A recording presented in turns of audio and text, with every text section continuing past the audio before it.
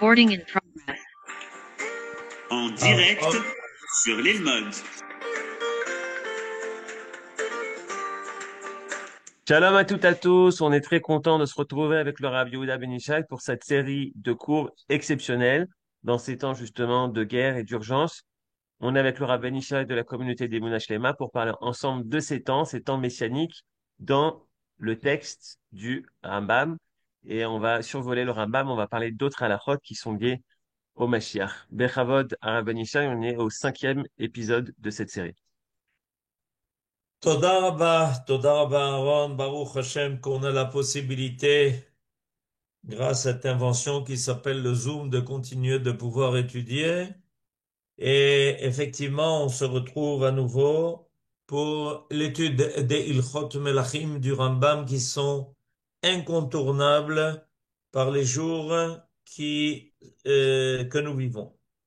Alors, on va souhaiter évidemment une grande réussite à tous nos soldats qui, avec un courage extraordinaire, ténacité, don de soi qui n'a pas d'égal, continue de faire le travail, et la refoua shlema à tous les blessés et qui malheureusement doivent se remettre de leurs blessures. Alors aujourd'hui, nous allons continuer l'étude de Ilchot Melachim du Rambam. Amen. On va continuer cette étude. Cette fois-ci, on va faire un petit saut et on est au chapitre 12 de Ilchot Melachim qui est le chapitre qui clôture les Ilchot Melachim. Et dans ce dernier chapitre de Ilchot Melachim, le chapitre 12, Maïmonide en fait essaye de nous dresser un tableau général de ce qui est à prévoir à la fin des temps. Et ce tableau est pour essayer de nous faire comprendre un peu qu'est-ce qui nous attend. Alors, je vois qu'on vous a mis sur le tableau quelque chose qui commence un peu après le début de la première halakha du chapitre 12. La première halakha Ok, je vais la du mettre tout de chapitre suite. 12. Et je lis la première halakha, je vais la traduire ensuite. J'imagine que ça va bientôt apparaître. Al ya'ale al alev shebimot hamashiach yivtal davar miminago shel olam o yeh sham chidush b'maaseh bereshit el ha'olam keminago olech וזה שנאמר בישעיה, וגר זאב עם כבש, ונמר עם גדי ירבץ, משל וחידה. עניין הדבר שיהיו ישראל יושבים לבטח עם רישי העולם, המשולים בזאב ונמר. Voilà, vous l'avez sous les yeux. Je suis à la 5e ligne maintenant. Sheneemar, Navi au prophète Jérémie, Zeev Aravot Yeshadedem, Venamer Shoked al Areem, Veyarzeru Kulam le data emet, Velo yigzelu velo yashchitu, Ela yochlu davar amutar benahat.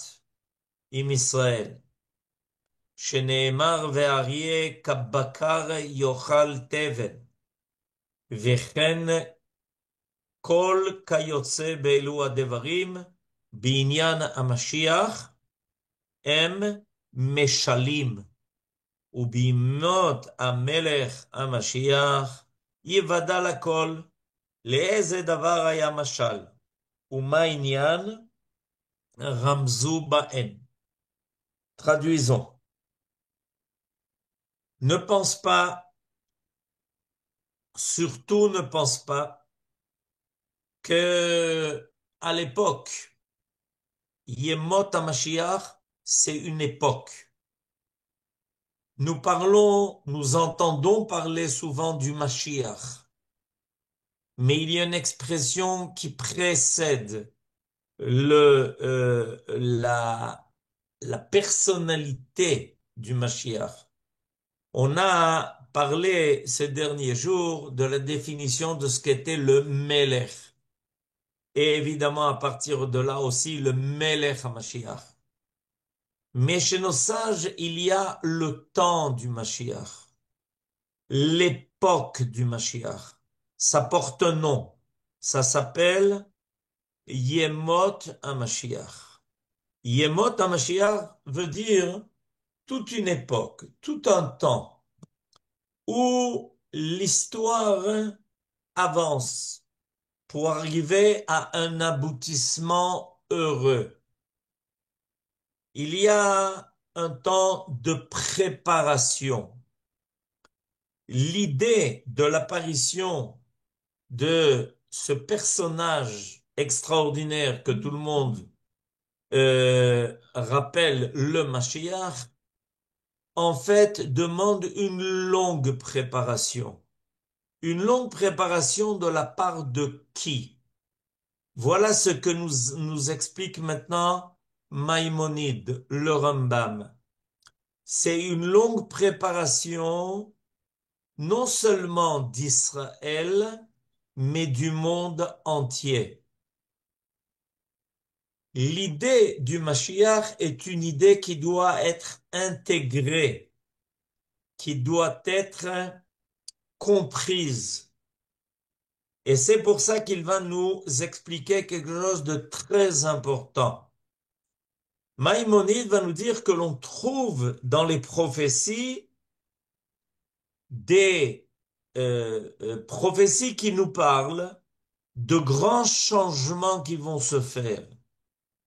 Ces grands changements qui sont prévus pour l'époque du Mashiach, nous dit Maïmonide, ne sont pas forcément des changements d'ordre surnaturel.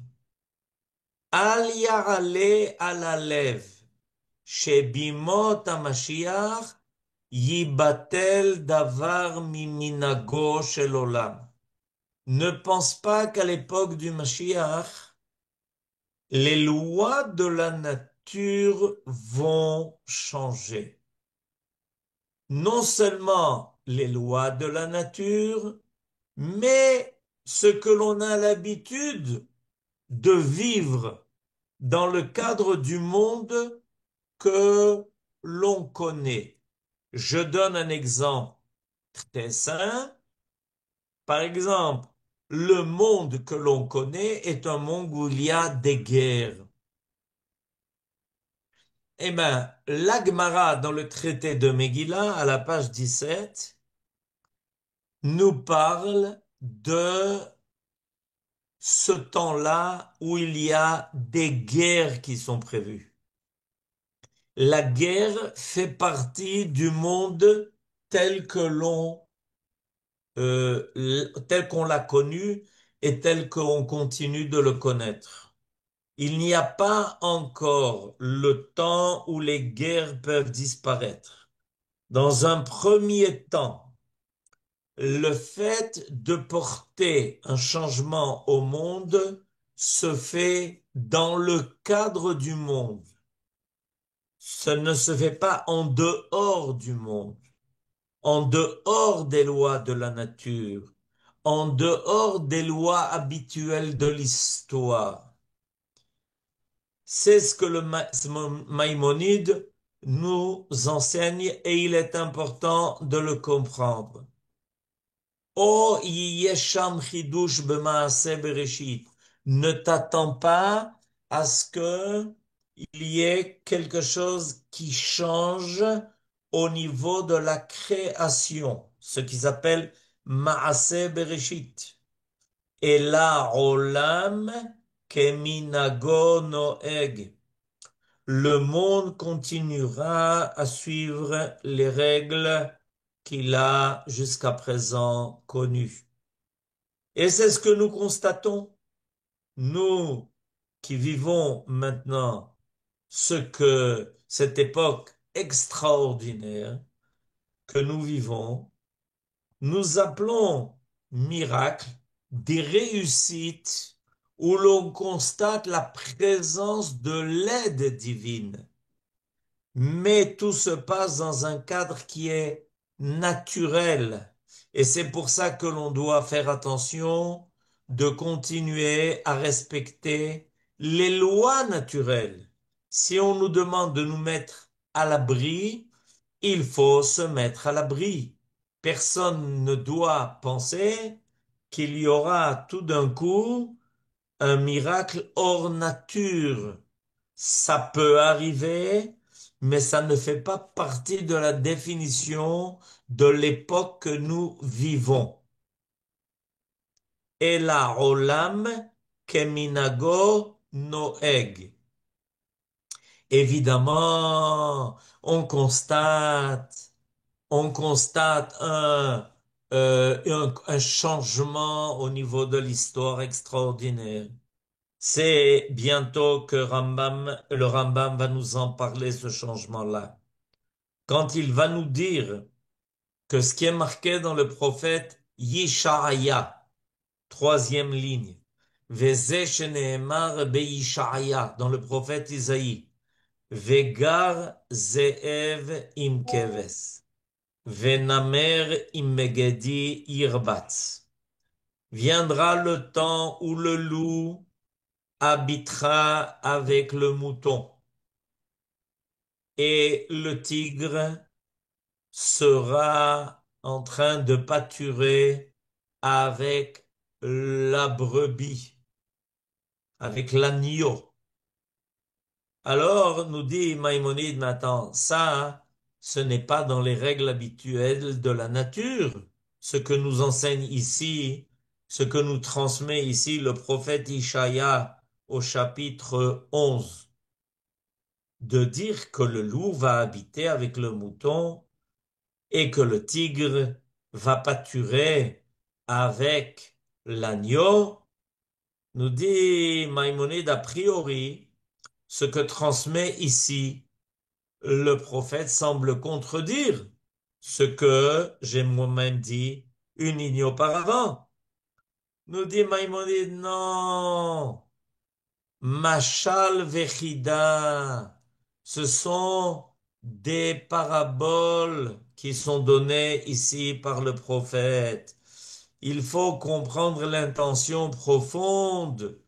Ce n'est pas maintenant, vous ne pouvez pas aller voir quelque part dans le monde maintenant un loup qui va être tranquillement à côté d'un mouton sans l'agresser. Mais non, vous ne pourrez pas voir maintenant quelque part dans le monde un tigre qui est en train d'aller au pâturage et de manger de l'herbe avec un agneau. Mais c'est pas de ça qu'il s'agit. Inyana davar. Et maintenant il explique. Quatrième ligne. Inyana davar. Sheyiyu Israël yoshvin la betach. Im riche akum ameshulim kizeev venamer. Tu sais ce que ça veut dire, nous dit Maïmonide? Je vais te dire ce que ça nous dit.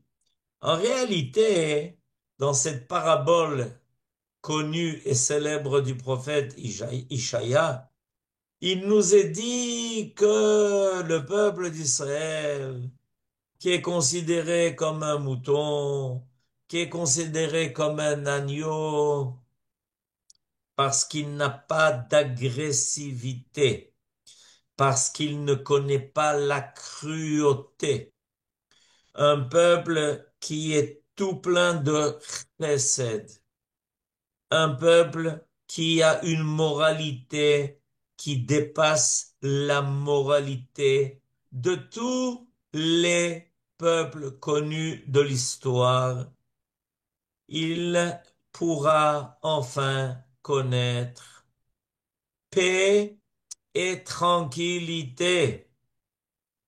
Les méchants de ceux qui ont voulu sa perte n'oseront plus l'attaquer. le loup, ceux qui étaient comme des loups pour le peuple d'Israël, n'auront plus la possibilité de manger le mouton, de penser qu'ils allaient le dévorer. Et ceux qui étaient considérés comme des tigres, qui n'attendaient que le bon moment pour sauter sur leur proie, ne pourront plus le faire. Qu'est-ce qui les empêchera de le faire? Qu'est-ce qui fera que les paraboles, la parabole que nous donne ici le prophète Ishaïa se réalisera? Non pas les miracles, mais le fait qu'ils constateront qu'ils ne réussissent plus dans leur entreprise.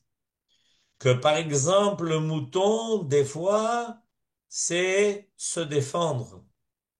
Et que si il est un mouton, quand arrive le temps où il n'a plus le choix, il est capable de se dresser contre le loup qui a voulu le dévorer. Que l'agneau, qui était considéré comme innocent, qu'on pensait qu'il n'avait déjà plus ni la force ni envie de se défendre, tout d'un coup peut se dresser contre son agresseur et lui infliger une défaite terrible. Il y a des fois dans la nature des gens qui paraissaient bien faibles et qui tout d'un coup se dressent contre leur agresseur et arrivent à leur infliger une grande défaite parce que leurs agresseurs étaient des gens pleins d'orgueil qui pensaient que pour eux c'était rien que de dévorer, c'était pour eux rien de dévorer le mouton ou de manger l'agneau. Et voilà que tout d'un coup, rappelons-nous de notre ancêtre Yaakov. Notre ancêtre Yaakov, sa mère Rivka lui a dit, il y a des fois des moments dans l'histoire où tu dois laisser penser à l'autre que tu peux être plus que ce qu'il est. Et c'est pour ça qu'elle lui a mis les vêtements de Esav. Tu as la capacité, toi aussi, si c'est nécessaire, de faire la guerre, de te défendre et d'infliger à tous ceux qui veulent t'agresser des coups Allô? tellement terribles qu'ils arriveront à la Oui? conclusion Ah que bon? Moi, ça ne j'ai vaut pas rien le coup entendu. pour eux d'essayer. Alors viendra un temps, nous dit Maïmonide, d'après Ce les matin, oui. prophéties de Ishaïa, viendra un temps Voilà. où Eh finalement oui. le loup, euh, ça se mettra à côté du Ah, ils vont se mouton. déchaîner, hein? Oui. Et ce loup-là, il dira, ben, ça vaut pas le coup parce qu'à chaque fois que j'ai essayé d'attaquer le mouton, j'ai reçu des coups tellement terribles que finalement, j'y renonce. Et est-ce que vous vous rappelez de l'histoire de Khad Gadia que l'on a lu à la fin de la Gada? L'histoire de Khad Gadia. Il y a dans cette histoire de Khad Gadia ce piout que l'on a lu à la fin du Seder de Pessah, une allusion à ce qu'un jour les choses vont changer et risquent de se retourner contre ceux qui ont eu l'audace de vouloir s'attaquer aux moutons, au troupeau de Dieu. Dieu se déclare le berger du troupeau d'Israël.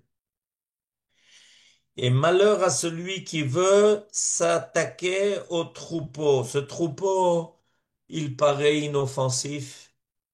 Il y a dedans des moutons, des agneaux, des brebis. Mais voilà qu'un jour, le berger aide et organise ceux qui doivent garder le troupeau pour qu'ils se retournent contre leurs agresseurs et tout d'un coup, ils reçoivent des coups terribles. Alors les loups n'ont plus envie d'attaquer, les tigres n'ont plus envie de dévorer. Et nous dit Maïmonide, c'est à cela que fait allusion le prophète Ishaïa. Le prophète Ishaïa a fait allusion à ce temps-là. Et Israël, Yoshvin, Yoshvim, est installé chez lui, dans son pays, la Bétar, en toute paix et toute tranquillité. Pourquoi? Parce que les autres ont appris que si Israël se réveille et qu'il décide qu'on ne peut pas menacer son existence, celui qui ose se mesurer à lui va y laisser tout ce qu'il a, y compris sa propre vie. Alors il y aura une telle dissuasion qui apparaîtra dans le monde vis-à-vis d'Israël qu'on aura le sentiment que le mouton peut habiter avec le loup et l'agneau peut aller au pâturage avec le tigre parce que le loup et le tigre ont décidé de garder leur euh, force pour des choses plus positives. Ils ne vont plus dévorer des hommes. Ils vont s'arrêter de dévorer des hommes. Jusqu'à présent, toute leur force et cruauté était pour dévorer des hommes. Alors ils vont aller au pâturage et ils vont commencer à penser à construire le monde et le développer. Voilà, nous dit ce que nous dit Maïmonide au nom du prophète Ishaïa. Et à ce moment-là, il y aura une étape de plus qui va être franchie. Sur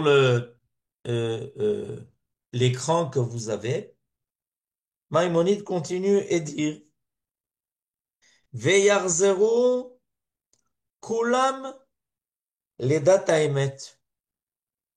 À la suite de ce développement historique extraordinaire, les peuples et les nations vont quitter leur fausse croyance et vont rechercher la vérité et veulent découvrir la vraie foi. Velo yigzelu velo yashchitu. Et tout ce qui était légitime de faire jusqu'à présent, comme par exemple piller, dévaster, profiter des trésors des autres, vivre sur leur compte, les mettre à nu pour pouvoir profiter de toutes leurs ressources, tout ça va s'arrêter. Ce qui aujourd'hui est considéré comme normal dans le monde, que l'on puisse piller les richesses de l'autre, comme les grands empires l'ont fait et continuent de le faire, au détriment de l'autre, sur leur compte. Tout ça va s'arrêter parce que on va finir par comprendre qu'une autre morale apparaît dans le monde. Les méchants ne sont plus les vainqueurs. Ceux qui étaient des loups. Vous savez que c'est l'idée de loup et l'idée de tigre, ce sont déjà des adjectifs par lesquels on désigne des hommes. Celui-là, c'est un loup. Celui-là, c'est un serpent. Celui-là, c'est un tigre. On en est arrivé à donner ces appellations à des hommes, à des peuples, à des empires qui bien souvent ont pris d'ailleurs ça pour emblème. Celui-là, c'est un aigle. Combien dans le monde il y en a qui se sont appropriés de l'emblème qui s'appelle l'aigle, parce qu'ils sont comme des aigles qui menacent tous ceux qui se conduisent de façon innocente. Nous dit Maïmonide, tout ça va disparaître. Et les gens dans le monde, à cause de l'échec de ces méchants qui sont comparés à toutes ces bêtes féroces, vont rechercher la vérité, vont vouloir savoir comment s'attacher à un Dieu du bien, de bienveillance, un Dieu de chesed, de tzedaka, de mishpat. Velo yigzelu, velo yashchitu. Ela yochlu davar amutar benachat qu'Israël. Ces peuples-là vont apprendre qu'il y a maintenant d'autres règles de conduite dans le monde. Et ils vont chercher à développer le monde et à lui donner une grande réussite pour ne pas avoir à vivre sur le compte et le dos des autres, sans devoir les conquérir, les anéantir, leur faire plier le dos pour se les soumettre. Tout ça va disparaître. Il y aura dans le monde de nouvelles règles de conduite entre les nations. Va s'installer dans le monde une nouvelle politique internationale. Et on va être très surpris parce qu'on va se demander comment s'est produit un tel changement. Comment tout d'un coup l'ONU ne va pas être l'endroit où se réunissent ceux qui mentent. Comment l'Union européenne va essayer de vérifier quel est son rôle pour amener dans le monde le bien et la justice. Beaucoup de choses vont changer au niveau des relations internationales. Et quand on va voir ça, on va être très surpris. On va même crier miracle. Mais nous dit Maïmonide, ça ne veut pas dire pour autant que les lois de la nature auront changé. Non, ce qui aura changé auront été les lois de la morale, la perspective de l'homme sur le rôle de l'homme. Ce qui va changer, ce sont les buts et la finalité à atteindre de la part de l'humanité. Voilà ce qui va changer. Ces changements radicaux vont être tellement époustouflants qu'on pourra dire d'eux qu'il y a eu des miracles.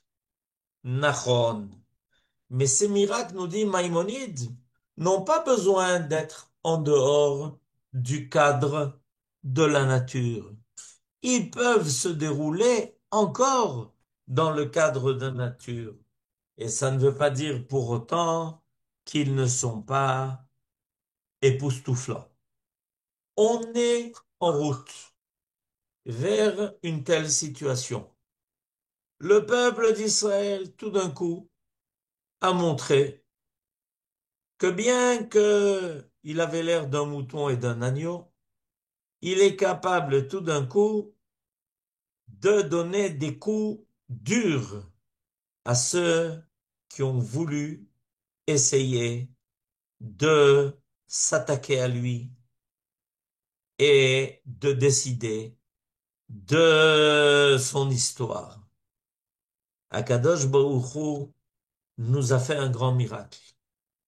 Il nous a donné la force de nous redresser et de donner au monde entier une grande leçon de courage et de prouver que le bien est capable de remporter victoire sur le mal et que la vérité triomphe du mensonge. Voilà, nous dit Maïmonide, ce que l'on vit, ce qui est déjà prévu et ce qui a été annoncé par les prophètes. Quelle grande époque nous vivons, en espérant, si Dieu veut, que les choses aillent de mieux en mieux, que l'on progresse vers ce temps extraordinaire où il n'y aura plus d'hostilité et d'animosité et que les hommes voudront vivre en paix sans penser que pour obtenir ce qu'ils viennent, ils aient besoin de dévorer l'autre. Ose shalom bimromav, ya'ase shalom aleinu, ve'al kol Israël, ve'nomar, Amen. Leitraot. Rabba, merci beaucoup, Rabban Ishai. Demain, on sera vendredi, donc on aura, Bezrat Hashem, le plaisir d'écouter, comme chaque vendredi, à 11h15, en relation avec la paracha, grâce au Rabban Ishai de la communauté de Mouna Shlema. Toda Rabba à toutes et à tous, Kol Tov.